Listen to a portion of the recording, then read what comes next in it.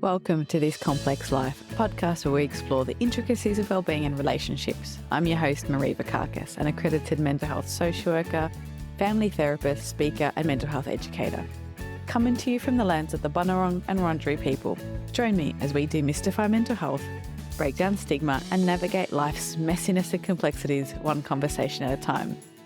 And just a little reminder, information in this podcast is for educational purposes only. Anything said should not be taken as a replacement for medical, clinical, or other professional advice, diagnosis, or treatment. This podcast is not a substitute for professional mental health treatment and advice. If you or someone you know requires support, please contact a mental health professional in your area. Thanks for listening. Welcome back to This Complex Life. Today's episode is part 2 of a conversation around ADHD.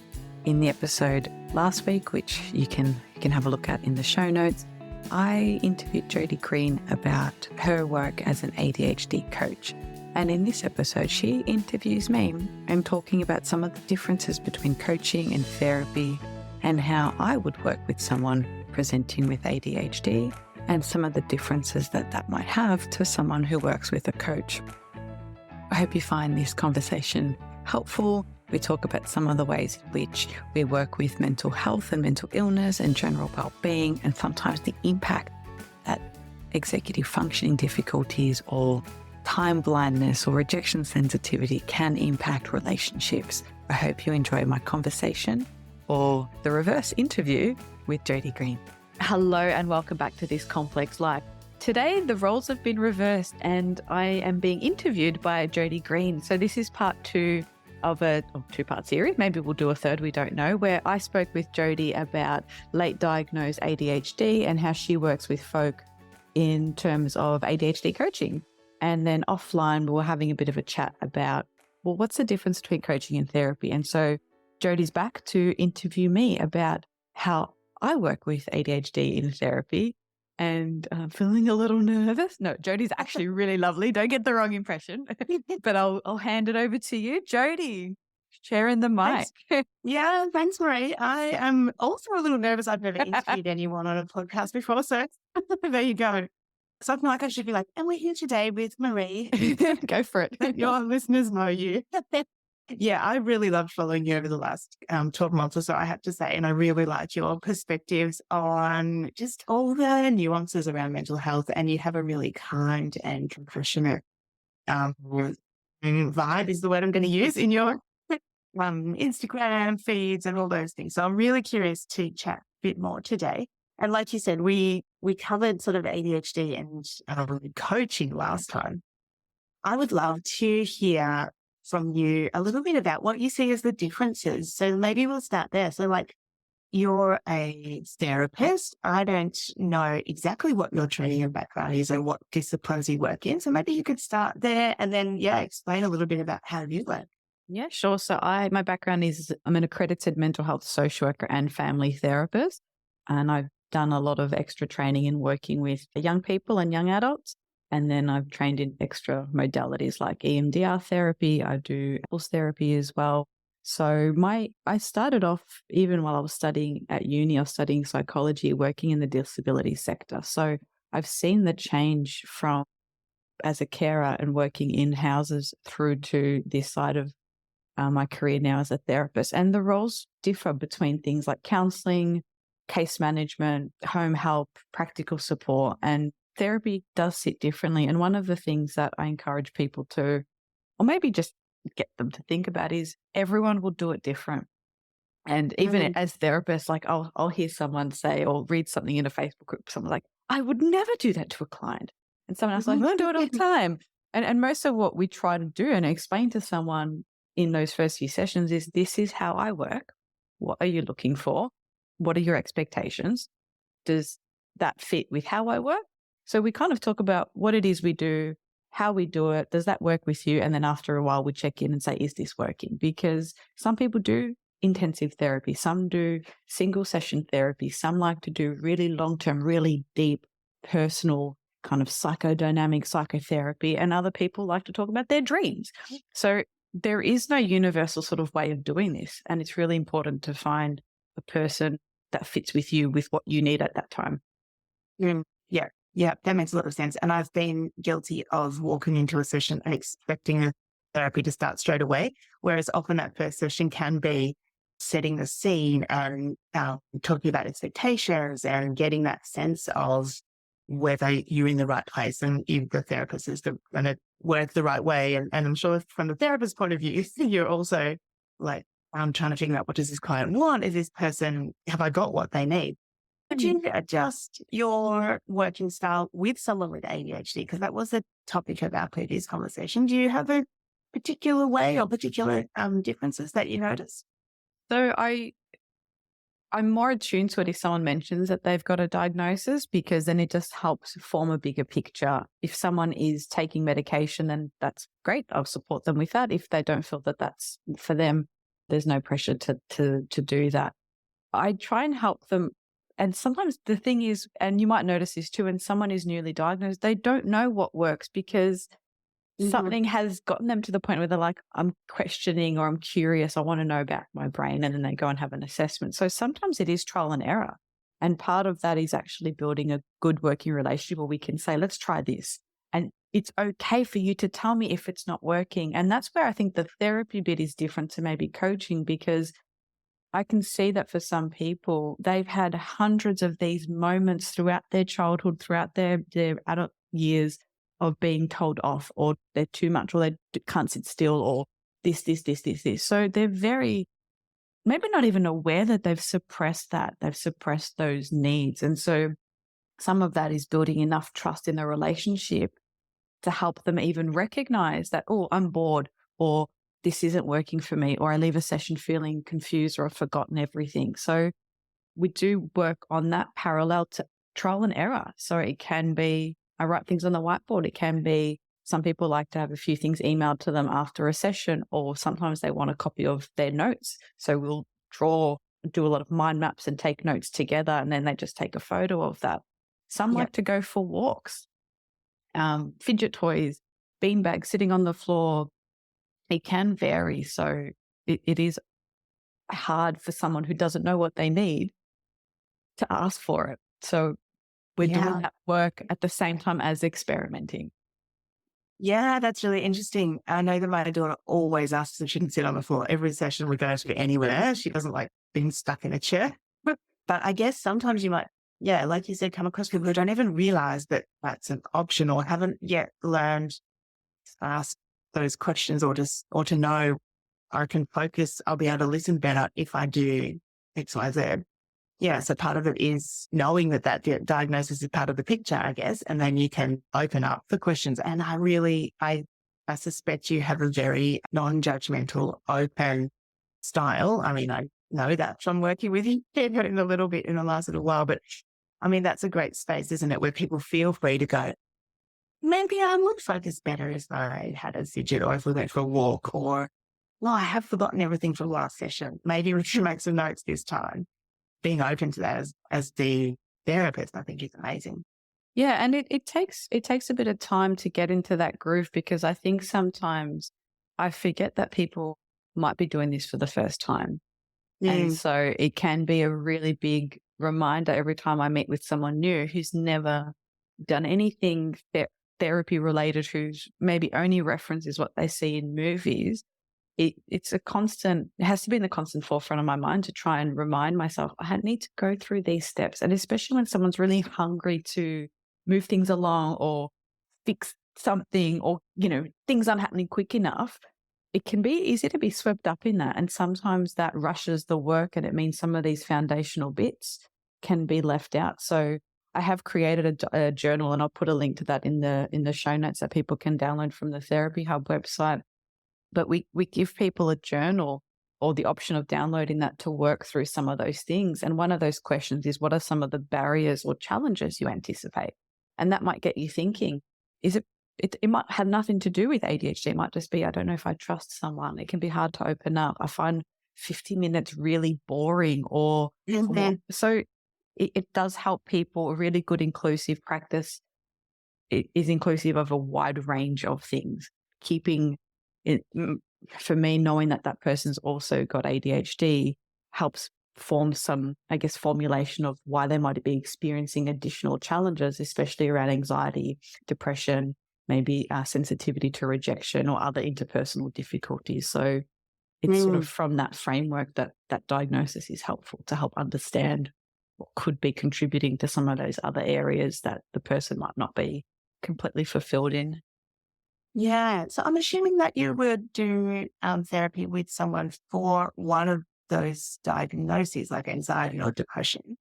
But then there would also be situations where that comes along with other diagnoses. And what do you notice about coexisting mental health issues and how they kind of turn up or what people want to work on? It's often the mood, anxiety, or depression that brings people to therapy. And it's actually been through that I've then encouraged people to go and get an assessment, because especially when we've been able to do a larger piece of work. I know some people feel quite restricted by our Medicare 10 session, which is just it's a crappy arbitrary number that does not actually help with good outcomes. When we're able to actually look at symptom reduction and get through some of those unhelpful thinking patterns, if we're still noticing other traits, then it gives us a bit of a chance to say, I think this is something else. But in 10 sessions, or sometimes even in a little, it's really hard to, the first 2 or 3 are still getting to know each other, forming an assessment, understanding the history, understanding what someone's goals are.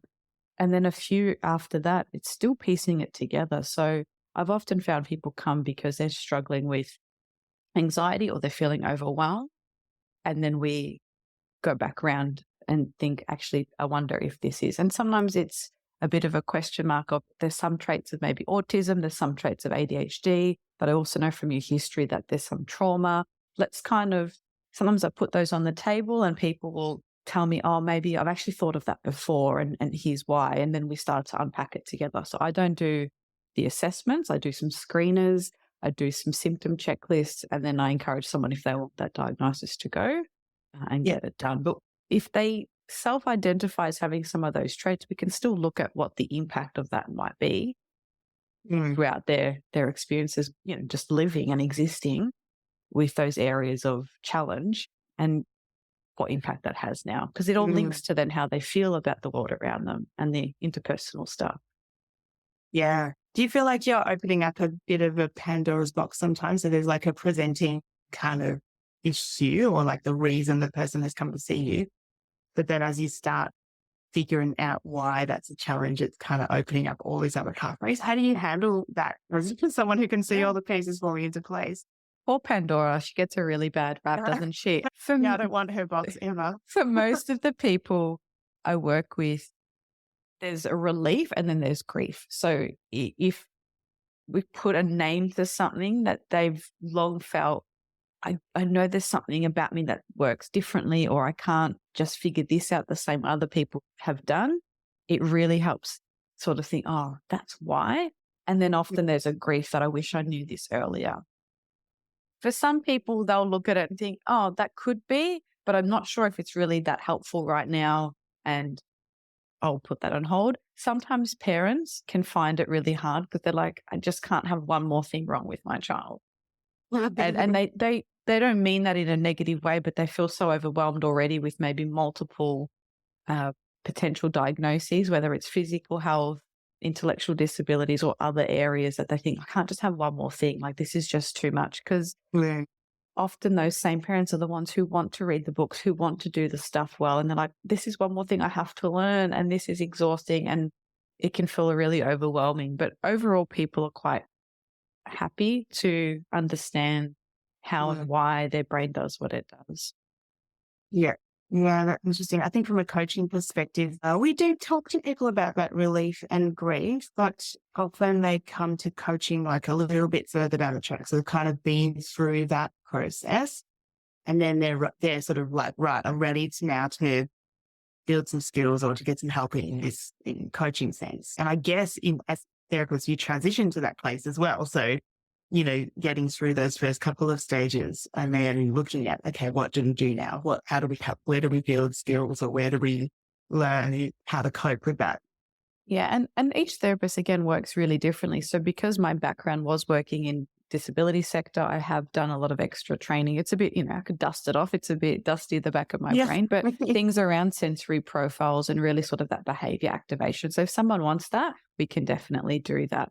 Where I seem to find more and nuanced is what makes that hard, what makes it difficult. And that's often the interpersonal bit. That's often setting boundaries. And that's hard because you don't want to disappoint someone. And that's hard because you felt like you always disappointed someone growing up.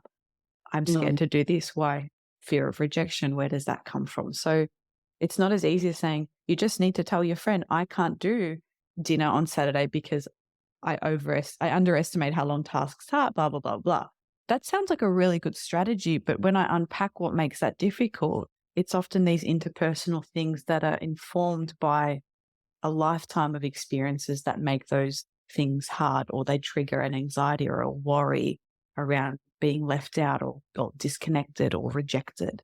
And that Mm. seems to be the meaty bit that I like to get into. Yeah, yeah, that's awesome. I'm really hopeful that our landscape that we're living in at the moment is going to mean that less people have that experience of being kind of judged or rejected or feeling like they're doing it wrong through their childhood. I hope that we're creating a space where there is more understanding and people can grow up without that real sense. I mean, that it'll still be there, right? But without that kind of pervasive, I'm doing everything wrong. Yeah, I think it really depends. I've been running a parenting workshop at the moment, or at the time of recording, and there's the flip when people flip too much on the other way of being like, oh, that's okay. You're stressed, you're worried, you're anxious. You don't have to do anything. That's fine. That still doesn't actually help someone build the skills and the tools they need to tolerate that discomfort. So one of the things that isn't helpful is avoiding everything that's uncomfortable. And that includes the parenting style or the teaching style, and going into fixing it straight away or trying to problem solve it straight away. It might reduce in the moment that feeling, but it doesn't help someone identify it, understand it, recognize where it comes from in their body, and learn to sit with it and tolerate it. So yeah, it can be really tricky where some parents are like, I don't want to be as dismissive or as harsh as my parents, and they flip too far the other way, which also isn't helpful. And it doesn't teach emotional intelligence, emotional regulation. And resilience is not about not feeling sad or feeling crap. It's about falling down and picking yourself back up. And so many people try to just stop their child from falling down physically or metaphorically, instead of realizing it's the getting back up that's the bit we want, not to just stop them falling. Yeah, yeah, that makes a lot of sense. What would be one of your key recommendations to parents when they're finding themselves flipping too far so the other way? The biggest thing I say is try not to fix it, especially with anybody really. No, most people don't want a solution. They want to feel heard and they want to feel validated. And sometimes parents, the more questions they ask, the more intrusive it feels, especially for young people who are trying to individuate. They're trying to separate themselves from their parents. If you've got a parent saying, don't forget about sleep, you've got to get good sleep, and you've got to have this, and you've got to have that, and you've got to do 20 minutes of exercise, and they're just bombarding them. Yes, that's all probably really good and true, but it doesn't help that relationship. So especially when it comes to adolescence, it's valuing connection over correction, being curious. And sometimes it is about just zipping it and just saying, yeah, that looks tough. And sometimes, and I see parents do this where they're like, they want to know what's wrong because it eases their anxiety, or they want to feel involved, or they want to feel connected, but it might not be what the child needs. And it's not just children, sometimes it's our friends or partner. And so it can be really hard to step back and think, I'm asking because I'm curious, I need to know, rather than saying, you look worried. Yeah, I had a fight with my friend. Oh, that sucks. Instead of saying, what happened? What did they say? Do I need to get involved? Was there bullying? Just saying, oh, that sucks. If they want to talk about it, they will. If not, then say, sorry to hear that. It sounds really shit. Yeah. And just Yeah. zip it.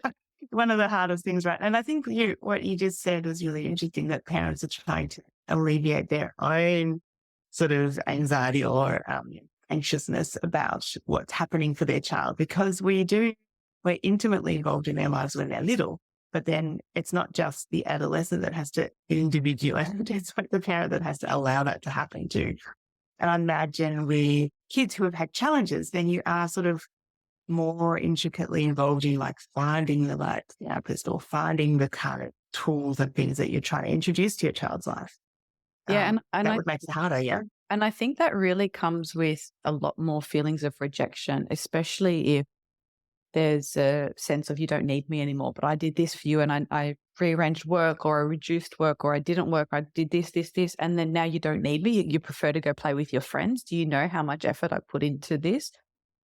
And that's, that's their bit to kind of work through.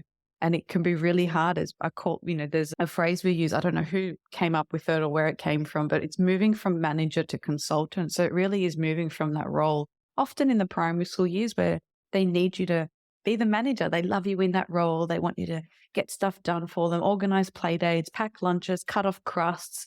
And then somewhere along sort of pre-puberty, tween years, you get fired from that role. It can happen slowly. It can happen like really quickly, unceremoniously, your job is no longer required. And some parents crack the shits. They, it's unfair dismissal. I'm going to take you to court. My role is, blah. And they spend years in litigation trying to keep their job.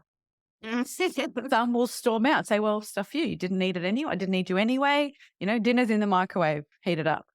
What we want to see is people accept the redundancy and maybe get hired back as the consultant and realize that you're still needed, you're still wanted. The job descriptions change and fitting into that consultant role is so valuable and so needed, and it looks different.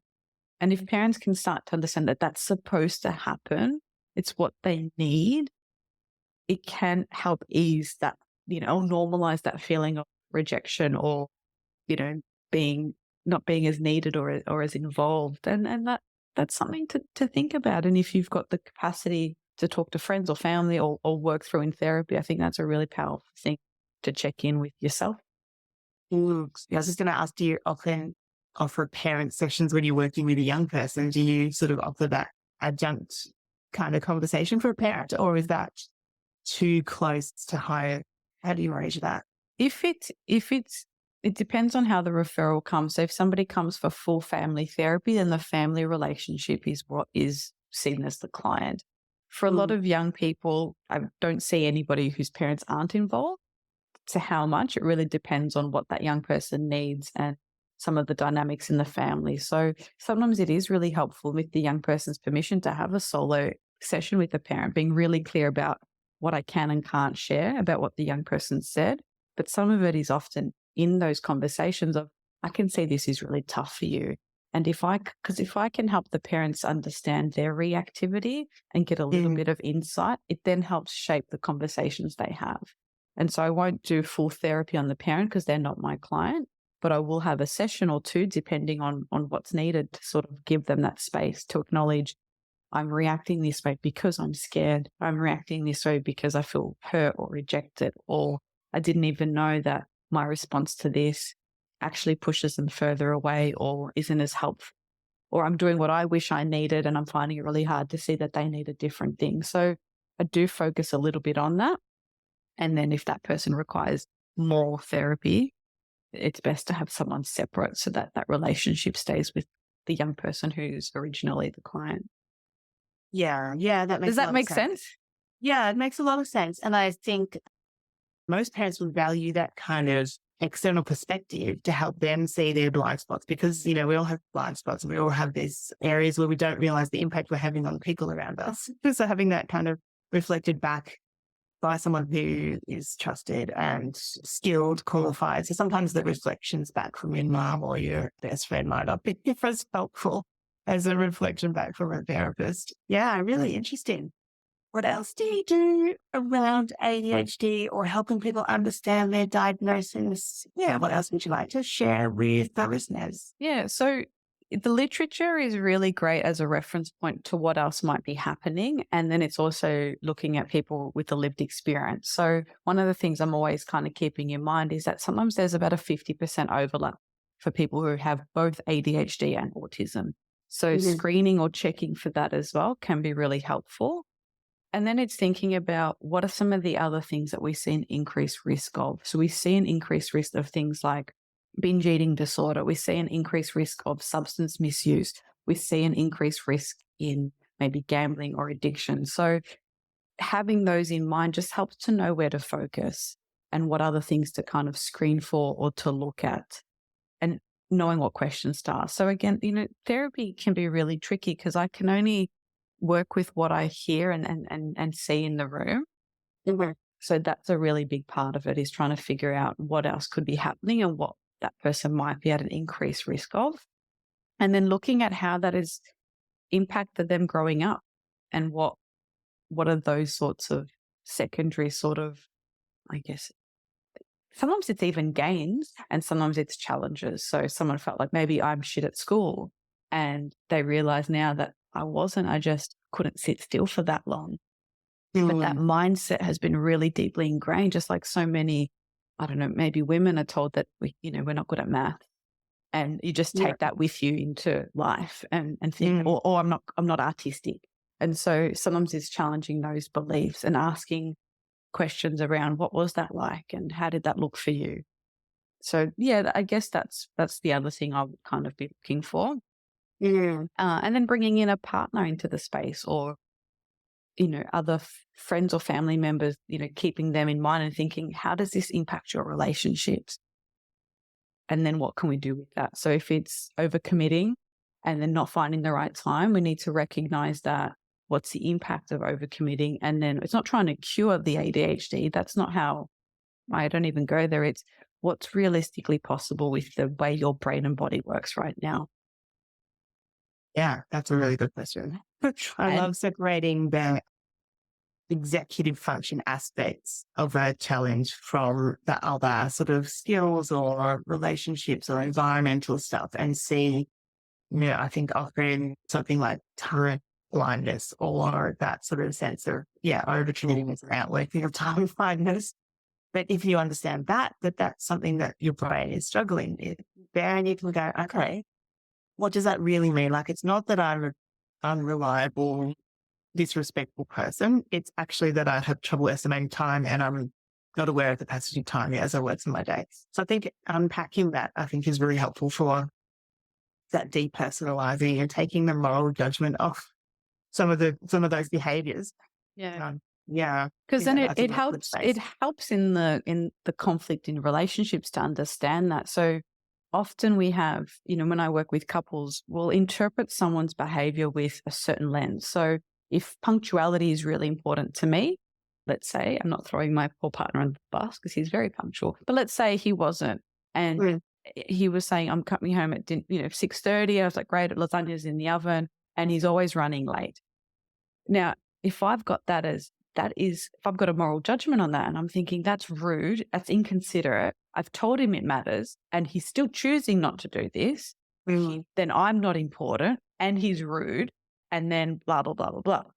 Yeah. So when we can have those conversations in couples therapy sometimes, then we can say, and we can help myth bust that I really struggle with this and it's got nothing to do with you. And then the other person can say, maybe have some empathy and be like, I can see that that's not about me. It still hurts me. And then they might together come up with a practical solution of, if I am running late, eat dinner without me, or I'll text you if the train's delayed. They might then find a solution to manage that. But sometimes we need to take the heat out and look at how do we interpret that behavior and then what impact that has on the relationship. Yeah, and I think there's often like a power balance to correct as well, or like a parent-child dynamic that sometimes occurs between neurotypical partners and diverse partners, where they're saying to me, I have to help you with that because you can't do it properly. Actually taking that properly out of the sentence and saying, let's figure this out together, I think is really, really helping. Yeah, and parents really struggle with that because I do think that there is a moral judgment placed on young people. And I don't think this is how I've interpreted. I'd be curious to hear your thoughts. I don't think it's based on what they're currently doing. I think it's the fear of where that behavior might lead in the future. So if you're a little bit messy now, Does that mean you're going to be an impossible housemate and a difficult partner and, magnifying that into the future? So then parents really get onto, you have to do this, this, and this. And if you've got someone whose executive functioning works differently, who maybe even doesn't mind a little bit of clutter, you're going to be in constant conflict. And often when we're in constant conflict, we're not thinking clearly, home doesn't feel comfortable and safe, and we're probably less motivated to do that thing. So sometimes I'm encouraging parents, like, what's the minimum? And they're like, oh, but they're going to get away with X, Y, Z. I'm like, how's your strategy currently working for you? Have they changed that behavior in the last 15 years you've been fighting about it? No. So what is the minimum? Okay, no food in the bedroom. That might be the minimum. Sheets must be washed at least fortnightly. That might be the minimum. Maybe there's a natural consequence. Oh, if I don't come and pick up their laundry, then blah, blah, blah. It's like, if you see that's a challenge for your young person, maybe you just accept that I'm happy to do that, or you find a different solution, because if it was a physical mobility issue, you would be having a different response. So it's really trying to find this balance of that judgment, what you project might be the future consequence versus what actually does need to get done versus what's your preference. Yeah. Yeah, I think there's a lot of shoulds and that sort of you're projecting forward into the future that does cause the stress for parents. We often remind people that there's like a 3 to 5 year delay with executive function development with kids with ADHD. So, a 12-year-old might be able to clean up their room to this standard, but if they have ADHD, just think maybe what would you expect of an 8-year-old? So just using that kind of expectation management, I think is really helpful. Yeah, and decatastrophizing. So just because they can't clean up their room now doesn't mean that they're going to be a disastrous partner in the future. Yeah, stepping out of that. And like you said, just looking at what you're happy to do. Like, are you happy to just actually go pick up their laundry and wash it because you know that it's hard for them? You don't want to create that undue stress on school mornings. But maybe that is just a helpful thing that you can put aside your own like shoulds and, or when I was that age, I was, blah, blah. There's so much to unpack, isn't there? Yeah. And I think the last tip on that would be this idea of body doubling. And I think I see this, not even with exclusively just for neurodivergent folk, but sometimes parents are really good. And I mean, even couples, everyone's really good at telling someone you should do this. You need to study harder. You need to not be on your phone. And sometimes what's most helpful is actually saying, I'll do this with you. I know, everyone's motivated by different things. I've tried for ages to consistently get into running and I suck at it. But if I know someone's meeting me there, I will show up.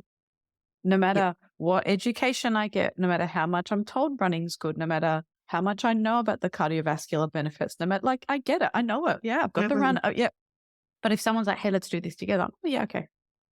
Yep. So sometimes it can be finding those ways to make those activities fun and engaging, or support is saying, okay, I've seen you really slip. Your grades are slipping.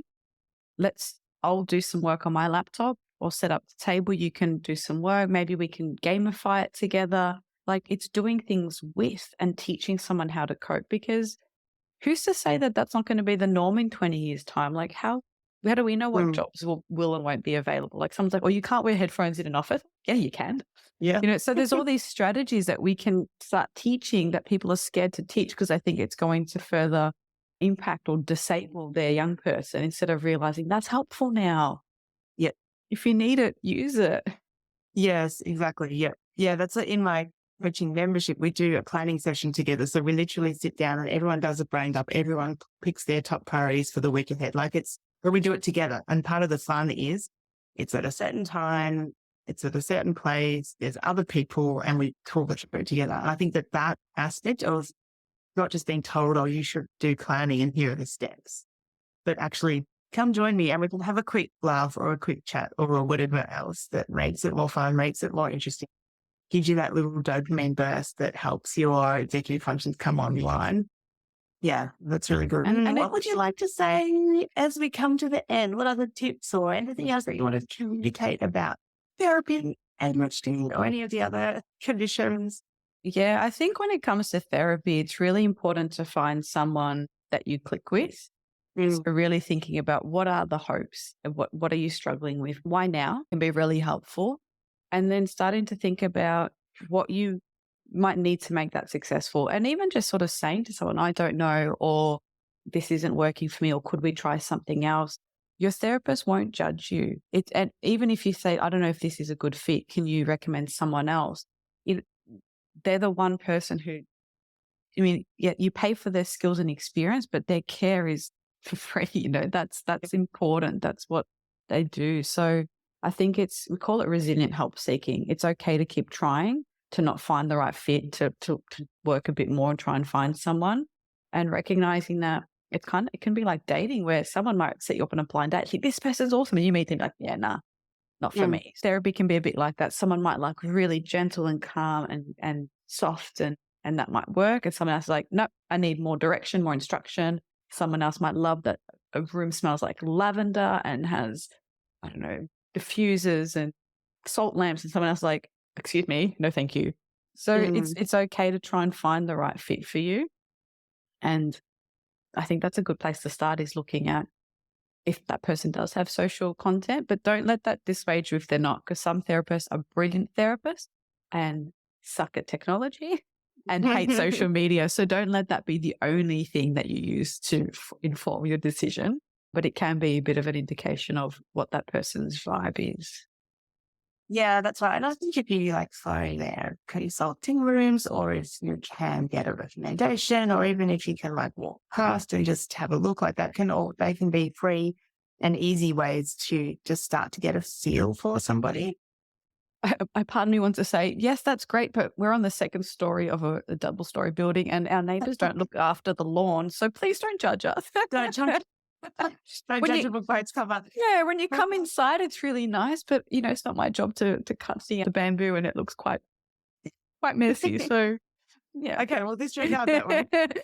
Peek on our website, or I do lots of reels of what it's like inside. But yeah, look, it is finding what's right for you. If you're a whimsical adult, if you like that approach, I might be great for you. Someone else who wants, very diagnostic, very medical model, they want a prescription, not going to be for me, not going to be a good fit. So it really is thinking about that. And download the journal. They'll be linked to that. That helps get some prompts, and it'll help you get the most out of it. I mean, it really does help to kind of think about why now. Because if you think about it with a physical health example. If you went to a trainer and you just said, I want to get fit, and they're like, what does that mean for you? How do you even know which trainer to pick? But sometimes thinking, well, I want to improve mobility. I want to improve strength. Okay, that narrows it down. What do you like? If you like swimming, that's going to look very different to if you're looking at yoga or Pilates, or if you're recovering from an injury. So sometimes it can be helpful to think a bit more about what you might want, even if it's just a ruling out what you definitely don't want. If you're like, get pool, nah, absolutely not. Yoga, nah, absolutely not. Any ball sports, nope, I'm uncoordinated. So it starts to maybe then limit what your options are. I think that can be really helpful, because otherwise you'll find the wrong person. If someone's like really hell-bent on, I need to have EMDR therapy, and they're only searching for that might not be the best thing for them. So it's really tricky to kind of figure that out. And I know people feel like it's a waste of time, money, if they have a few sessions and then they have to swap, but the right person will help you understand some of those things. And you might need to try a few things to get the right fit. Like you might do a 14-day trial at one gym. You might do a couple of sessions with a PT. You might go for a run and think, yeah, no, not for me. But we need to have some dual responsibility to navigate that together. Yeah. And I think that's unavoidable. You have to go and try something out to decide whether you like it or not. But I really like the sound of your journal. It sounds like that's a really supportive way for people to figure out what they're looking for and what they're interested in or not interested in, and potentially also reflect in those first few sessions about what's working, what's not working. Yeah, that sounds amazing. It looks great if you haven't checked it out. People go download it. It looks good. Yeah, so for those, no one can see us, so I'm just showing Jodi. It's actually getting printed in beautiful hard copy to give out to our clients in person, and then amazing the downloadables there. So it does have things around self-care activities, session reflections, got a feelings wheel at the back. I love the feelings wheel. List of strengths. So as much or as little as you want can be a good start, because it took me a whole weekend to write this and then several revisions of it and getting people who've never been to therapy to go through it and sort of provide some feedback. So it's a really good starting point. Amazing. I'm going to go download it. Okay. Yes. Awesome. Well, thanks, Maureen. It's been lovely chatting to you. It's been really fun. I'm excited to have ticked off my first podcast interview on my, bucket list. Yeah, you're a natural. It's amazing. Great. Awesome. Well, we'll chat again soon, yeah? Thank you for listening. To keep the conversation going, head on over to Instagram or LinkedIn and follow me. If you'd like to keep updated with episodes and other interesting things happening in mental health, join my weekly This Complex Life newsletter, where I'll share tools, tips and insight. There's a link in the show notes. Got a question you want answered? Shoot me an email or a DM. I'd love to hear from you. And if you enjoy the show, I'd really appreciate it if you could leave a rating and a review. It helps other people find the podcast.